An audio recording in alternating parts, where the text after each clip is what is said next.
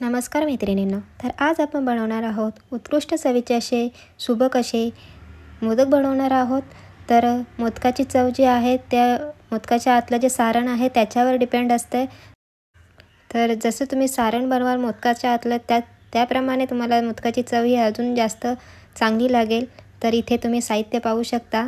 मोदकाच्या सारणासाठी इथे मी घेतलेलं आहे ओलं खोबरं जे आहे ते मी इथे खोवून घेतलेलं आहे. त्यानंतर अर्धी वाटी गूळ घेतलेला आहे. तर इथे मोदकाच्या सारणासाठी सिक्रेट पदार्थ म्हणजे मी इथे 2 चमचे मिल्क पावडर घेतलेली आहे. त्यानंतर 1 चमचा साजूक गाईचं तूप घेतलेलं आहे.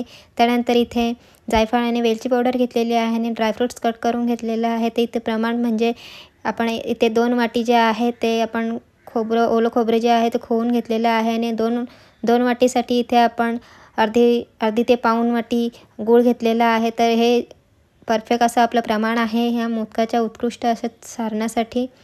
तर इथे मी इथे 1 चमचा तूप टाकून घेतलेलं आहे पॅनमध्ये. त्यानंतर इथे ड्रायफ्रूट जे आहेत ते तुपामध्ये चांगले रोस्ट भाजून घ्यायचे आहेत. तर त्यानंतर लगेच इथे आपण गूळ टाकून घेणार आहोत. तर इथं गूळ आणि ओलं खोबऱ्याचं जे प्रमाण आहे ते परफेक्ट असायला हवं, तरच आपलं सारण जे आहे ते परफेक्ट बनणार आहे. तर इथे मी 2 वाटी ओलं खोबरं घेतलेलं आहे. तर त्याला गुळाचं प्रमाण हे अर्धी ते पाऊण वाटी असायला हवं. तर तुम्ही इथे पाहू शकता. इथे मी अर्धी ते पाऊण वाटी गूळ इथे वितळवून घेतलेलं आहे. त्यानंतर इथे 2 वाटी मी इथे ओलं खोबरं जे आपण खोवून घेतलेलं आहे ते इथे मी टाकून घेणार आहे. तर असं जर का तुम्ही प्रमाण घेणार तर तुमचं मोदकातलं सारण जे आहे ते एकदम परफेक्ट असं बनेल. ना जास्त गोडही नाही आणि कमी गोडही होणार नाही.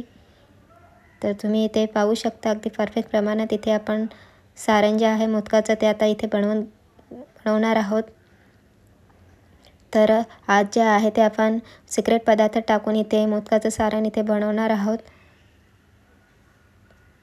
तर इथे चांगलं परतवून घ्यायचं आहे. गुळामध्ये आपण जे ओलं खोबऱ्याचा जो आपण किस टाकलेला आहे तो आता चांगलं असं परतवून घ्यायचं आहे. तर चांगलं शिजवून घ्यायचं आहे. तर तुम्ही इथे पाहू शकता आपलं सारण जे आहे ते परफेक्ट असं शिजलेलं आहे. तर आता आपण त्याच्यामध्ये जे इन्ग्रेडियंट टाकणार आहोत मेन इन्ग्रेडियंट तर तो आपण शेवटी टाकून घेणार आहोत. तर आता इथे आपण मिल्क पावडर जी घेतलेली आहे 2 चमचे तीसुद्धा यामध्ये आपण टाकून घेणार आहोत. तर इथे मिल्क पावडरने सारणाला जे आहे ती खूपच छान अशी चव येते. तर तुम्ही अशा पद्धतीने एकदा असं सारण मोदकाच्या आतलं जे सारण असतं ते अशा पद्धतीने नक्की एकदा बनवून बघा. जर का तुम्ही अशा पद्धतीने बनवाल तर नेहमी संकष्टी चतुर्थी असो किंवा कधीही तुम्हाला मोदक जर का बनवायचे असतील तर तुम्ही अशा पद्धतीचंच सारण बनवाल. त्यानंतर इथे मिल्क पावडर टाकल्यानंतर चांगलं परत एकदा मिक्स करून घ्यायचं आहे. तर इथे आपण आता वेलची टाकून पुन्हा एकदा मिक्स करून घेणार आहोत. तर आता आपण इथे मोदक बनवायला सुरुवात करूयात. तर तुम्ही इथे पाहू शकता आपलं जे सारण आहे ते अगदी सुटसुटीत मोकळं आणि खूपच दिसायलासुद्धा छान दिसत आहे. तर आता इथे आपण मोदक बनवून घेणार आहोत. जर का तुम्हाला मोदकांची फुल रेसिपी हवी असेल तर तुम्ही माझ्या चॅनलला जाऊन बघू शकता. व्हिडिओ तिथे मी अपलोड केलेला आहे. तर इथे मी मोदकाचे आतमध्ये जे सारण भरणार आहे ते मी असं एक गोळा बनवून घेणार आहे सारणाचा, जेणेकरून व्यवस्थित असा आतमध्ये पिठामध्ये पसरणार नाही. अशा पद्धतीने गोळा करून पारीच्या आत ठेवून घ्यायचा आहे. त्यानंतर बोटाच्या सहाय्याने इथे आपण कळ्या करून घेणार आहोत मोदकाच्या. तर इथे तुम्हाला जेवढ्या कळ्या हव्या असतील तेवढ्या तुम्ही इथे बनवू शकता. तर अगदी परफेक्ट असे हे मोदक इथे आपले तयार होतील.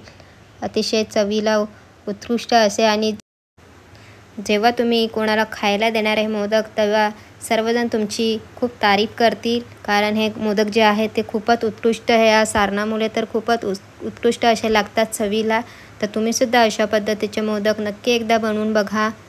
तर इथे मी सर्व कळ्या ज्या आहेत त्या इथे बनवून घेतलेल्या आहेत. त्यानंतर सर्व कळ्या ज्या आहेत त्या एकत्र करणार आहेत.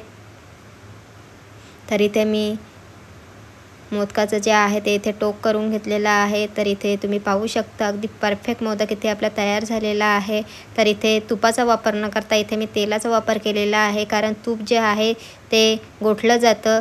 तर इथे तुम्ही पाहू शकता इथे तेल लावल्यामुळं अजिबात इथे गोठलेलं नाही. तर तुम्हीसुद्धा अशा पद्धतीचे मोदक नक्की बनवून बघा.